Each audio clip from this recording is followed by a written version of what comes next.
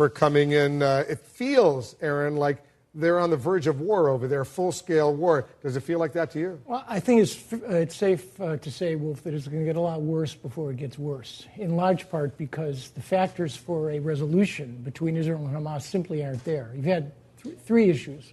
New thresholds have been crossed. You have, for the first time, the Al-Fajr 5, or the equivalent, used against Tel Aviv. It fell short. That's a missile. Right, clearly with a range of 60 to 70 kilometers, number one. Number two, the politics are bad. Hamas is trying to consolidate its authority and maintain the legitimacy of armed struggle and is being outmaneuvered by these small jihadi groups who are responsible for some of the rocketing.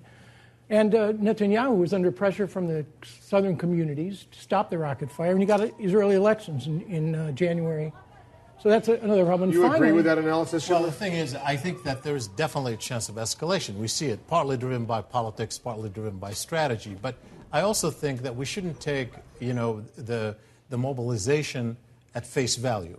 If they're ultimately going to have to negotiate a ceasefire, whether it is after escalation, before escalation, and they both have to send a message that they have an upper hand, that they have more in store. Hamas is now signaled that it can hit Tel Aviv. The Israelis have called reserves or said that they plan to call reserves. And so they both have to do that. But I think in the short term, I really don't see it in their interest to do so. More importantly, it's not in the interest of any of their allies. Certainly the U.S. doesn't want to see this happen. The Egyptians, who are the allies of Hamas, it puts them in a difficult position. They don't really want to be in a situation of confrontation with Israel at this point. Certainly other friends of Hamas, including the Turks, don't want to see an escalation. So it puts a lot of pressure on the player on the outside to intervene to end this. Well, let me ask you that. What role should the U.S. play in this? What should the U.S. do, if anything, to stop this latest string of violence? Well, you had a trial run in 08 and 09 when Barack Obama was not yet an inaugurated president, and our options then were very limited. This played out in Operation Cast Lead, and it was extremely costly.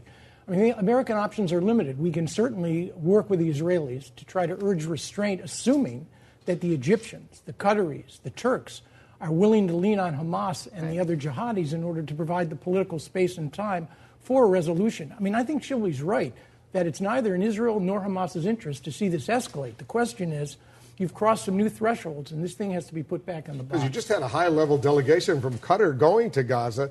I suppose if somebody could intervene and try to create a ceasefire, maybe the Qataris. I don't see the Egyptians right now doing much. Well, the Qataris can only because they provide financial support. But ultimately, for Hamas, the strategic partner, the strategic ally in the long term is the Egyptian government, and particularly the Muslim Brotherhood.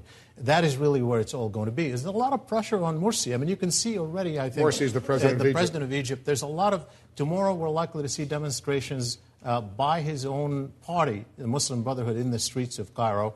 In support of Hamas. In support of Hamas, and asking for doing more beyond recalling the Egyptian ambassador from Israel. He's being taunted from the opposition of people who are pro-Mubarak, saying, how different are you from Mubarak? Is the Israeli-Egyptian peace treaty about to collapse, Aaron? I don't think so. I think Morsi does have an objective, however, to empty it of most of its content. He's not prepared to do it in a revolutionary way. He'd like to see it evolve over time, in large part because he can't afford a confrontation with the Israelis.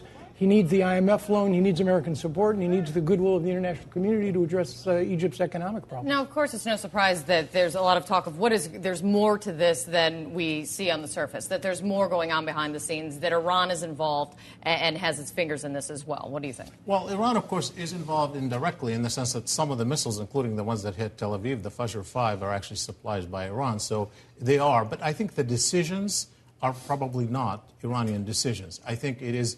There's, in a way, when you look at the last few months, both Hamas and Israel have actually been relatively restrained. There's been an escalation.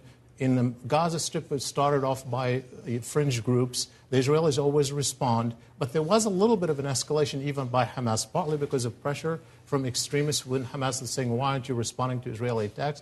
And partly because they may have thought they had a window of opportunity in the Israeli election. There was an assumption that Israel is unlikely, actually, to launch a major attack, certainly a ground war, just before the election.